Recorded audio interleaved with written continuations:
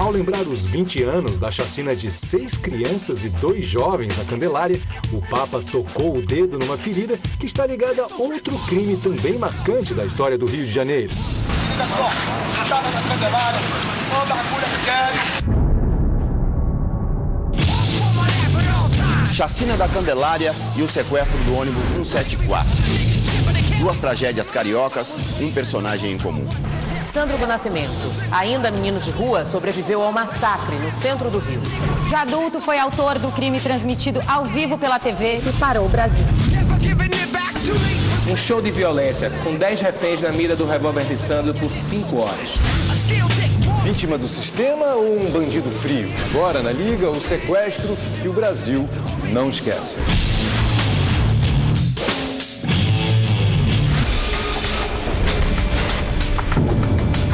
Um assaltante enlouquecido ameaça os passageiros de um ônibus. O drama dos passageiros deste ônibus começou pouco antes das 3 horas da tarde. 3 policiais tentaram convencê-lo a se entregar. Uma das vítimas é forçada a escrever que o assaltante está possuído pelo diabo. O bandido colocou a arma dentro da boca da refém. Ação desastrada da polícia. E atirou.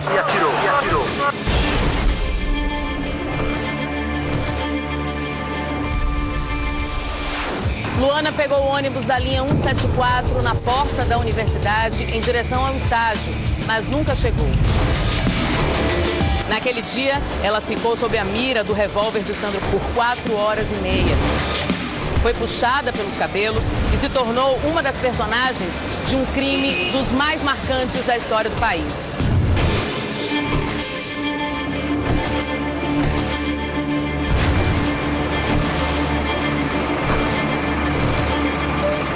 Tudo começou aqui, no ponto de ônibus.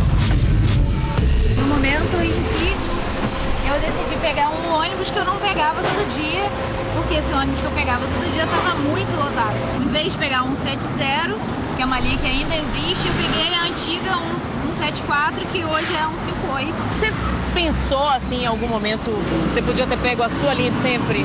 Ou você achou que não, isso tinha que acontecer? Esse acaso, né, não foi o que mais me impressionou nessa história toda, não. Ele perguntou de onde eu era, e aí eu falei que eu era de São Gonçalo, e aí ele se identificou porque ele também era de São Gonçalo. Eu passei para o vestibular, vim estudar aqui na PUC com 17 anos, e ele também, depois de ter passado pela chacina da Candelária, ele veio passar por um projeto social da PUC. A nossa história saiu de um ponto comum, a gente separou e se reencontrou em condições completamente distantes, diferentes, mas no mesmo local.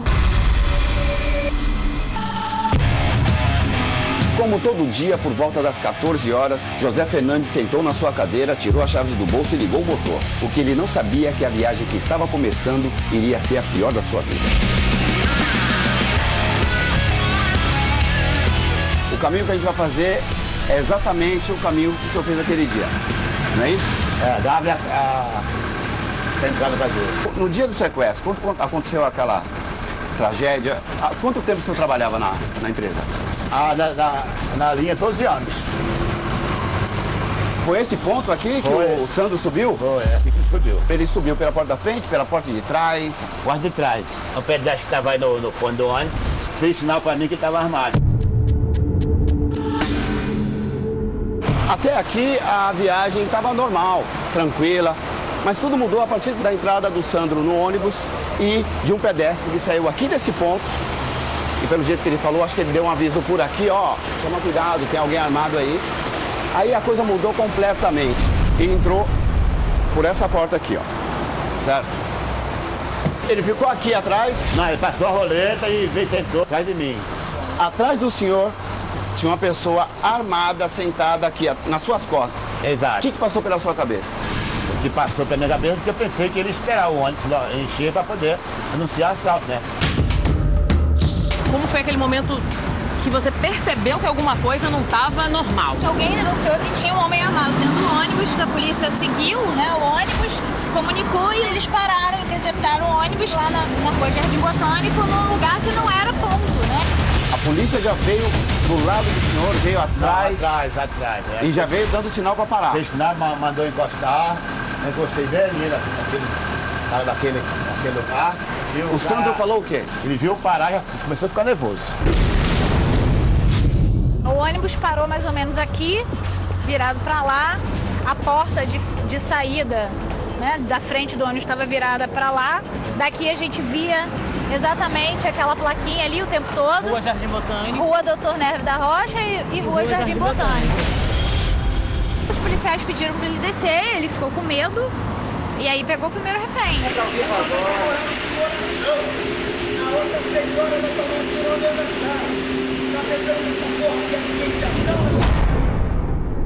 Na hora que o Sandro viu o policial aqui, o outro ali, a reação dele, qual foi? Ele puxou a arma da mochila quando viu o policial. E teve gritaria quando ele puxou a arma? Normalmente todo mundo ficava um pouco calmo, né? Mas todo mundo tá apreensivo, né, com aquela cena.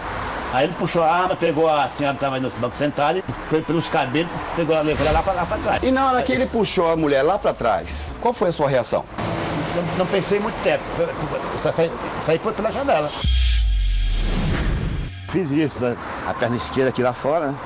E depois, com jeitinho, puxei a direita. Não era mais fácil ter pulado aqui? Não, porque eu fiquei com medo de haver Entendi. Uma troca de tiro e eu ser atingido, entendeu? Quando o senhor saiu pela janela aqui, pra onde o senhor foi? O que o senhor fez? Você vai ser lá pro outro lado da rua. O senhor veio pra cá? Eu fiquei aqui. No momento que eu saí, eu pensei, se eu tivesse ficado lá dentro do ônibus, nem sei o que poderia ter acontecido, né? Ele poderia ter me usado para dirigir o ônibus para ele, né? O senhor tinha esse medo? Tinha.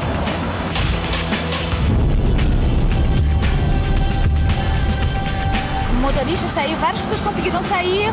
Um policial chegou a entrar pela porta de trás, tentando fazer eles liberar o primeiro refém. E aí depois ele desistiu, esse policial saiu de volta porque ele viu que, enfim, ele estava armado e ia poder fazer um estrago ali dentro. Desceu e aí dali começaram a vir os policiais, interditaram a rua.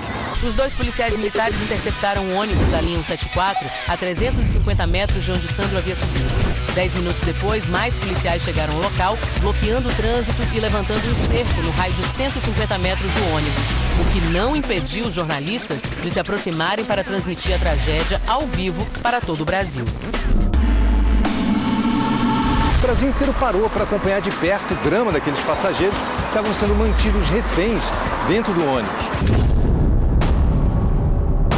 Tio Oliveira foi um dos primeiros jornalistas a chegar para fazer a cobertura e a gente vai conversar com ele agora. Fala, Tia. Olá, Cadu, tudo bem? Bom, tudo jóia.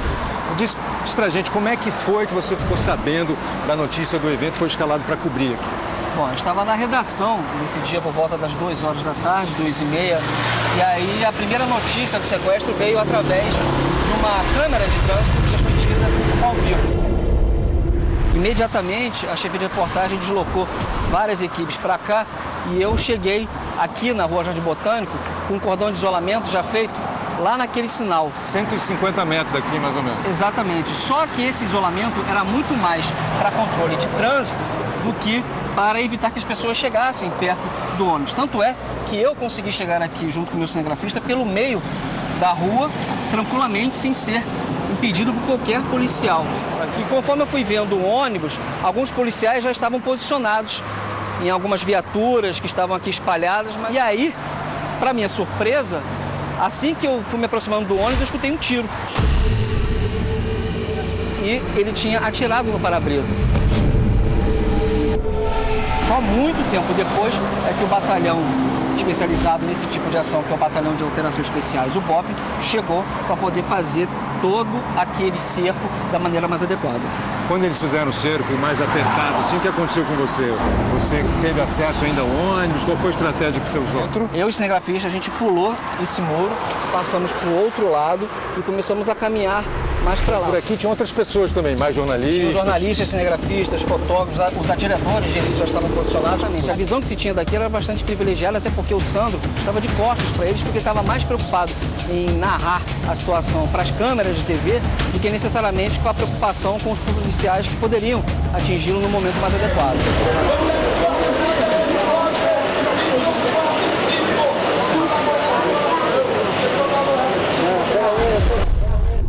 Conseguiu pular e voltar e chegar mais perto ainda do busão. Exatamente.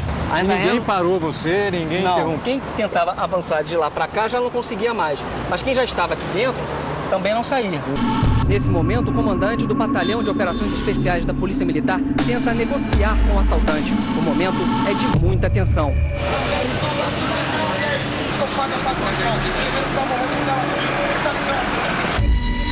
Você conseguiu ouvir a negociação, o que eles falavam? Eu consegui ouvir o Sandro Nascimento gritando a todo momento, dizendo que aquilo não era um filme de ação, aquilo era realidade. A gente ouvia os gritos das próprias vítimas, a gente ouvia o desespero de quem estava ali dentro daquele ônibus, pedindo para que aquilo ali tivesse uma solução o mais rápido possível. Quando você sentiu, a primeira vez que você sentiu a arma? O pior não é eu sentir o frio da arma, é você ter a consciência de que tem uma arma apontada para você. Com uma pessoa descontrolada. Isso, exatamente, sobretudo podendo ser disparada sem a vontade dele. Poderia acontecer uma coisa que nada ali era planejado. Fica no meio das câmeras. Porque a câmera confunde ele. O Sandro, ele ficava circulando a todo momento para frente e para trás do ônibus com a Janaína sendo refém com a arma apontada para a cabeça. Tanto é que a própria Janaína é que escreve com batom todos os recados que ele acaba transmitindo através do para-brisa e das janelas do coletivo. Que mensagens eram escritas? Ele vai matar geral às 6 da noite. Nossa. E aí a Janaína, ela teve a perspicácia, não sei exatamente o que se passou na cabeça dela, mas ela escreveu ao contrário, justamente para quem estivesse do lado de fora pudesse entender a mensagem. Ele mandou a imprensa e os policiais se afastarem. A tensão tomou conta de todos os passageiros que entraram em pânico. O Sandro estava um pouco incomodado com os fotógrafos que estavam diante do ônibus fazendo as imagens. Exatamente. Ele várias vezes havia pedido para o pessoal sair dali. Ninguém atendia. Ninguém atendia porque é a lógica de um preso dentro de uma penitenciária. Todo mundo fala que o preso tem todo o direito de fugir. Quem é responsável pelo esquema de segurança é que tem que impedir. É a mesma lógica da imprensa. Ou seja, a gente quer estar perto do fato para poder narrar exatamente da maneira mais verossímil possível. Após 1h30 de negociações, Sandro permitiu a saída do primeiro dos 10 reféns, Carlos Leite Faria, que pulou a janela do ônibus. 30 minutos depois foi a vez do então estudante William Nunes de Moura. Mas apesar das libertações, dentro do ônibus 174, a tensão não diminuiu. Vai dar 6 horas, quer pagar pra ver você, né? Vou explodir a cabeça dela. Duas passageiras sentadas mais ou menos no meio do coletivo estavam muito nervosas e que uma delas estava passando mal. Nós todos estávamos tentando convencer o Sandro de libertar a Damiana, que ela estava passando mal. Teve um derrame dentro do ônibus, né? E a Geisa estava muito nervosa. Ela tremia o tempo todo, chorava o tempo todo. Ela dizia que não ia sair dali viva, ela afirmava isso. E acho que aquilo estava angustiando ele também, né? Mas ela falava para ela assim, ou ela falava para as pessoas, para a Damiana, mas ela queria salvar a Damiana.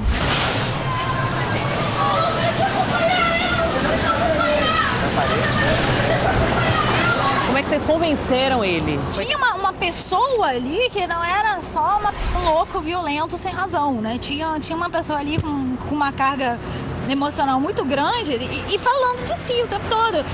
Eu já matei 7, eu não quero ter mais uma na conta. Então ele se preocupava supostamente em matar mais alguém. Pode me filmar legal, Brasil. Se liga só. Eu tava na Candelária, uma bagulha sério, mataram meu irmãozinho na mão de Davi. Então, não tenho nada a perder lá, não.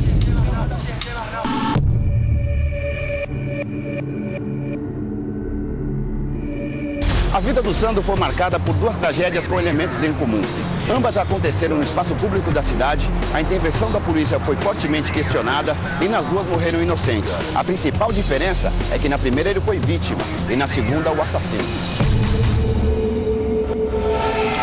Eu estou aqui com a Ivone, que cuidou do Sandro, né? Quando ele chegou aqui na Candelária, ele tinha mais ou menos 11 anos. Né? 11 anos. Muito pequenininho, humildinho. E aí juntou-se ao grupo que tinha aqui, que eram 72 crianças. 72 crianças. Muitas crianças que dormiam ali com os pilotis, tomavam banho aqui e chamavam essa estátua de a mãe. Como se tivesse pegado para ele aquilo que faltou, né? Aquilo que faltou. Sandro nunca conheceu seu pai. Aos 6 anos de idade, viu sua mãe morrer esfaqueada. Semanas depois, cortou os poucos vínculos familiares que tinha e ainda com o uniforme da escola, fugiu da casa da sua tia, se tornando mais um dos meninos de rua do Rio de Janeiro. Sandro era um menino tímido, muito amoroso. É mesmo? Muito amoroso, quer dizer, vivia abraçando ele, sentava no meu colo. Naquele momento, ele criança, ninguém diria que aconteceu o que aconteceu depois. Quanto tempo o Sandro viveu aqui? 1 ano e meio. Na rua, 1 ano e meio. Até a chacina. Os meninos da Candelária chegaram assustados e escondidos nos cobertores. O cartaz feito às pressas falava da tristeza com a perda dos companheiros. Apenas os meninos de rua e poucos parentes puderam entrar na capela, a mesma onde outras 2 vítimas do massacre foram veladas ontem. Você foi uma das primeiras pessoas a chegar. Eu fui a primeira pessoa a chegar. E eu dizia aos meninos, se acontecer alguma coisa, vocês me telefonem a hora que for. E quando foi mais ou menos 15 para meia-noite, um garotinho de 9 anos, chamado Bocão, me ligou e disse, olha, é melhor a senhora vir que estão matando a gente. O que você viu aqui quando você chegou? As crianças em polvorosa, aqueles corpos todos no chão, um aqui, morto aqui, por isso que tem essas imagens das crianças mortas aqui. O resto lá, daquele lado ali embaixo do pilotis. Os carros chegaram, pararam aqui, os homens chegaram e começaram a atirar. Nos que estavam aqui? Nos que estavam aqui. E aí isso foi muito rápido, porque eles procuraram por um menino, e aí quando o menino respondeu, sou eu, eles começaram a atirar. Mataram 8, né? E eles não saíram daqui, eles continuaram aqui, e eu cheguei, estavam os meninos mortos por toda a calçada, e as crianças desesperadas sem saber o que fazer.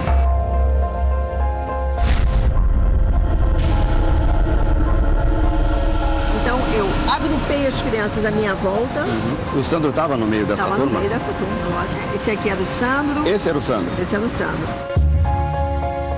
Ele foi o que ficou mais perto de mim, agarrado comigo. Eu nunca vou esquecer. Eu fico até emocionada quando eu falo, porque foi um descaso das crianças terem sido assassinadas pela polícia.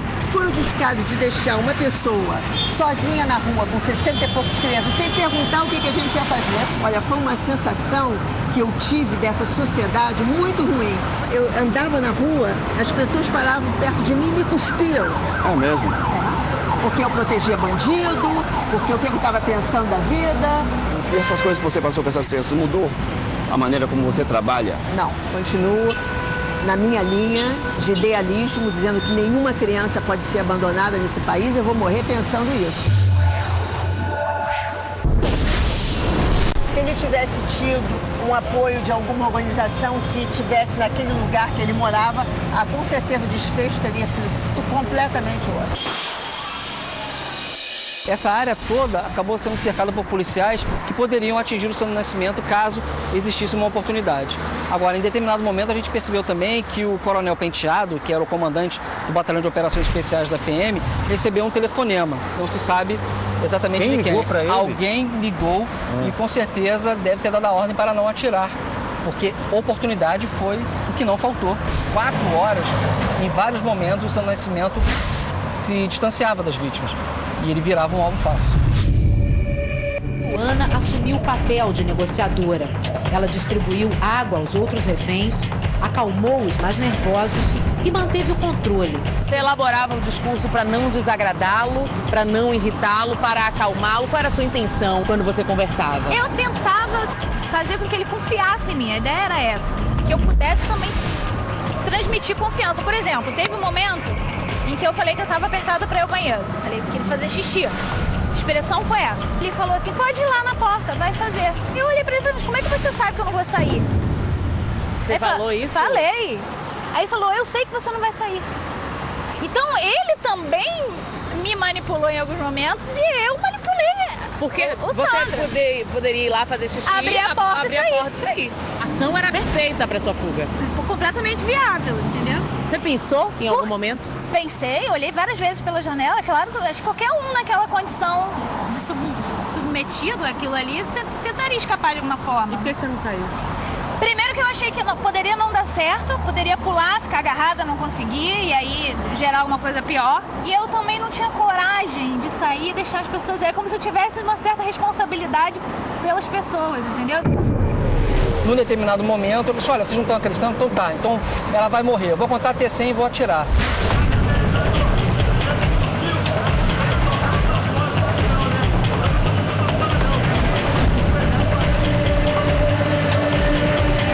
Saiu 1, 2, 3, aí pulava a contagem, 60, tá 70, 100, atirou.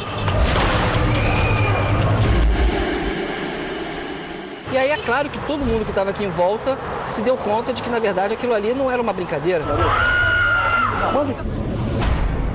Eu pedi pra ele, você não vai matar a Janaína. Eu falei sério, olhando pra ele, falou, aí ele olhou pra ele e falou, não vou matar, e não matou. Quando ele deu o tiro, eu peguei nela. Pra ela saber que ela não tinha morrido. É que não podia mostrar pro lado de fora que ela tava viva. A cabeça dela tava em direção da arma mesmo? Ela agachou. Ele mirou pra qualquer lugar, Ela agachou, ele apontou pra baixo, só que quem tava lá de fora não conseguia ver exatamente a direção da arma dele. Ele apontou mais ou menos pra onde ela estava, mas desviou. E vocês sabiam que ele tava virando a arma para o outro lado. Mas até que ponto a gente podia confiar? Isso. Não sabia, mas o fato é que ele não fez. Ele queria fazer a coisa parecer pior do que ela já era, né? Quase como uma tentativa de mobilizar os policiais para que não acontecesse o pior. Ele a queria assustar. Era uma encenação até certo ponto.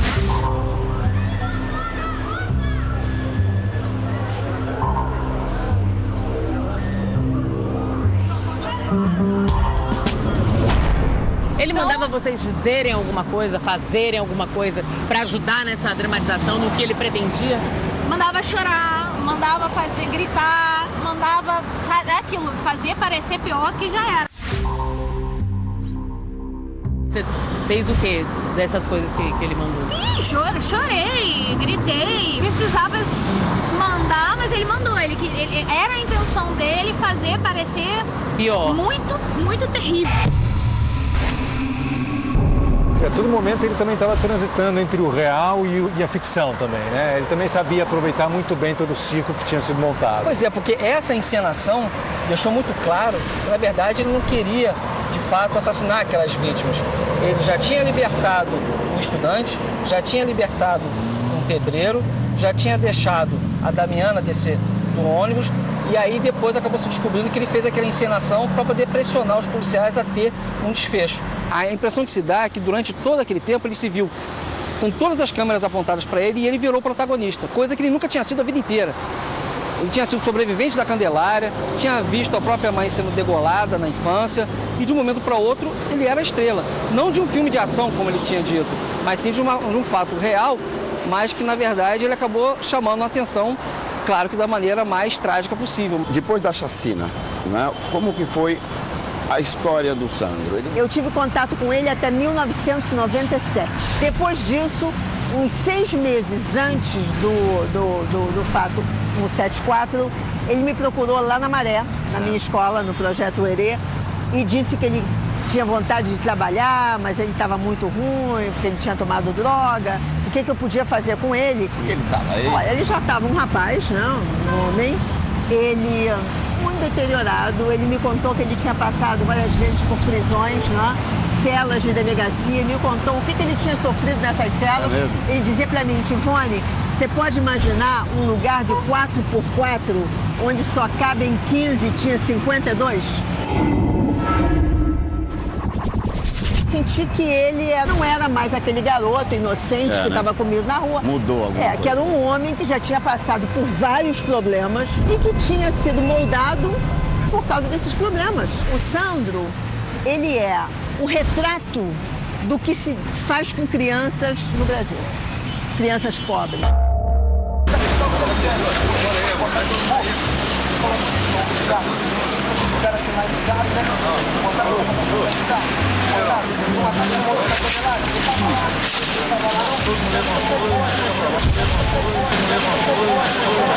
uma das horas mais emocionantes foi quando eu vi aquele rapaz drogado dentro de um ônibus, chegar na janela e falar: chama-te Ivone, que ela sabe como eu sou. E alguém te avisou nesse dia, não? Não, ninguém me avisou. Eu fiquei sabendo muito depois. Eu acho que eu tinha conseguido fazer com que ele liberasse os reféns. Você pode dizer, as pessoas vão dizer: nossa, como ela é pretensiosa. Mas é que as pessoas não entendem, quando você trabalha com essas crianças, o grau de amor que se estabelece entre nós.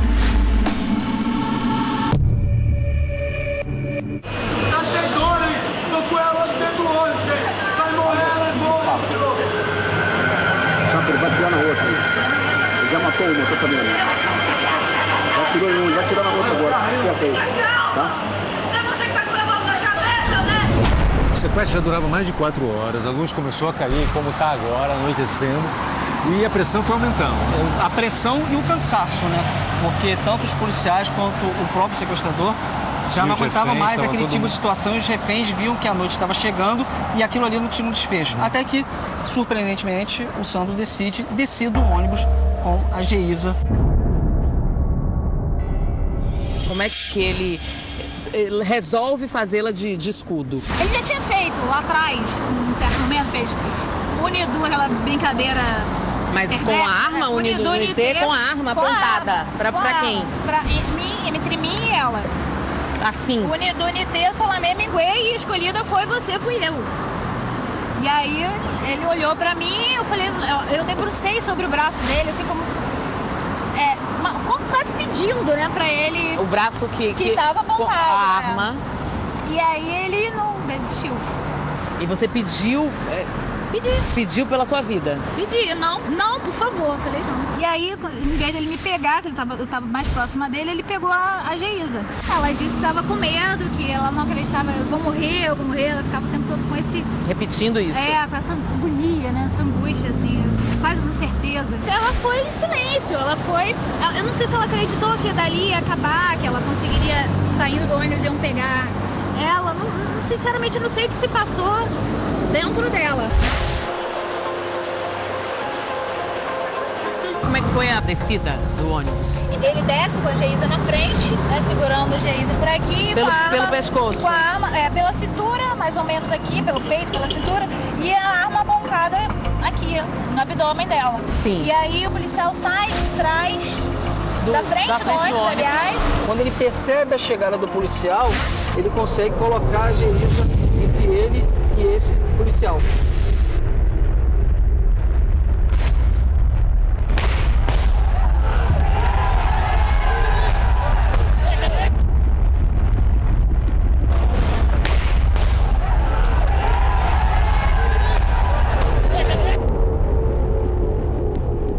Você acha que ele percebe a movimentação do policial? Eu não sei se ele barulho? conseguiu perceber a movimentação ou se de repente o barulho da arma engatilhando. Ele estava mantendo ela como escudo. E aí no que caem os dois e ele com a arma na mão dispara.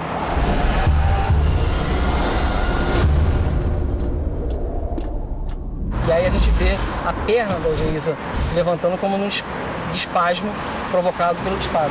Era uma situação, além de inédita, aterrorizante.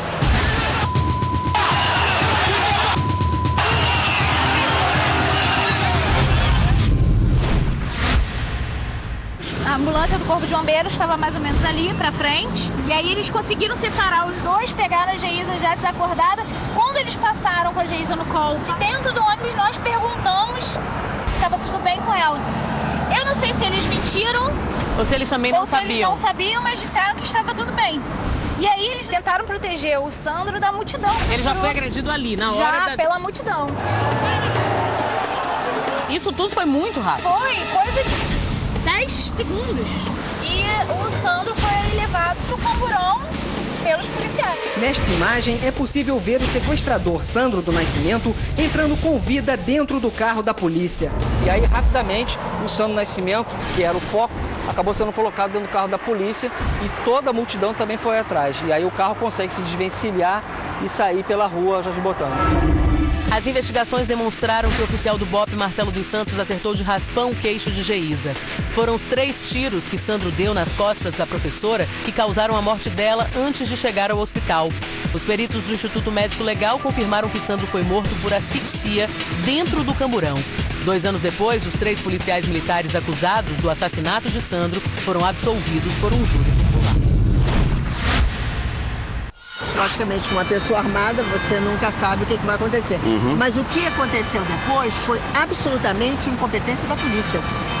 Porque a hora que ele se entregou, não tinha que ter aquele desfecho. E depois a morte do rapaz dentro do carro da polícia. Por asfixia, quando ele tinha que ser julgado e condenado, como manda a lei desse país. Eu me senti muito frustrada, porque eu pensei, esse menino passou nas minhas mãos. É aquela sensação de você, talvez pudesse ter feito outra coisa, que encaminhasse esse menino melhor. E eu tentei, mas não consegui. Guardadas as devidas proporções, ele foi leal, né? Ele foi leal e na saída dele no ônibus, ele se rendeu até o final, ele cumpriu e foi sendo convencido, claro, gradativamente, até eu abri a porta para ele no final e ele saiu com a menina, mas o Marcelo, que estava na frente, o policial, atirou e o tiro pegou na menina também, aí deu tudo errado. Mas ele, a palavra dele, digamos assim, dentro daquele caos todo... Ele cumpriu. Quais foram os erros cometidos nessa operação que não deveriam se repetir? Eu acho que o primeiro erro foi a questão do isolamento. Eu não poderia estar no local onde eu estava, por exemplo. As pessoas estavam muito próximas. Você, para poder ter um clima apropriado para tentar terminar com uma situação como essa, tem que ter um mínimo de tranquilidade, um mínimo de paz, até mesmo do próprio sequestrador. Até porque quem está com uma arma na mão é capaz de fazer qualquer coisa. O segundo erro, a demora em se ter um desfecho. O policial, ele é treinado para neutralizar a situação, poderia ter atirado inclusive na mão dele, a ponto dele ter a arma caída no chão. Isso não foi feito. E eu acho que o terceiro erro foi a questão da imprensa também ter feito todo aquele aparato. A gente sabe que o jornalista tem essa gana mesmo, esse é o olho da sociedade. Então ele quer mostrar, ele quer chegar o mais próximo possível do evento, do fato que está acontecendo. Se não existe um acordo, se alguém fura isso, o cara da emissora concorrente vai até mais perto, você vai se segurar? Você vai ficar aqui desse lado ou você vai correr se não tiver um cordão? É uma boa pergunta. O que você responde? Eu não tenho resposta. Agora, uma coisa é fato. Certamente, se a imprensa não estivesse aqui, o desfecho do sequestro seria outro. Qual seria, ninguém sabe. Procuramos o BOPE, mas ele não respondeu aos nossos pedidos de entrevista sobre a sua atuação durante o sequestro do ônibus 174, um dos mais emblemáticos na história da violência urbana no Rio de Janeiro. Um episódio que forçou o batalhão a repensar a sua estrutura, investindo em equipamento e treinamento especializado, que também levantou o debate sobre o papel da mídia, que transmitiu minuto a minuto os acontecimentos sem checar informações, e que fez Sandro finalmente sair da invisibilidade, mas da pior maneira possível. E quando você saiu, você deu uma declaração de que Sandro era vítima de todo o sistema, daquilo tudo. Na verdade, eu repeti pra eles o que eu falei pra ele dentro do ônibus. Eu falei, você sabe qual é a maior vítima dessa história toda? Porque até então a Geísa não tinha morrido. Aí ele falou assim, não, qual é? Aí eu falei, você. Logo depois que você soube que não só ele foi a vítima, Geísa também, você mudou de opinião? Os dois que morreram, obviamente, foram as maiores vítimas, né? Naquele momento, dentro do ônibus, a avaliação que eu fiz foi considerando o que nós sabíamos sobre ele, né? A história pregressa dele, não independentemente da Geísa, que também, enfim, imigrante nordestina, isso, que veio para o Rio de Janeiro, estava tentando a vida, morando na Rocinha, todas. Exatamente. E perto, né, da violência, inclusive, mas escolheu um outro caminho. Isso. Sandro não poderia ter escolhido também? Não sei se poderia, não sei, sinceramente. Acho que se ele não escolheu é porque ele não poderia, não pôde, né? E não teve alternativa. A declaração da Luana em dizer que o Sandro tinha sido a maior vítima de tudo aquilo, num primeiro momento me irritou. Mas depois, com o passar do tempo, hoje, sabendo que ele já tinha visto a mãe ser degolada, ter sido sobrevivente da Candelária e depois chegar naquele ponto de sequestrar um ônibus e acabar sendo morto dentro de uma viatura policial, já sob o aparato do Estado, de fato ela tem razão, porque na verdade durante toda a vida dele o Sandro foi um ser invisível dentro da sociedade, se não invisível, indesejado. E a partir do momento que ele vira o protagonista, ele acaba saindo da condição de vítima, como ele tinha sido como sobrevivente da Candelária, para algoz durante todas aquelas 4 horas.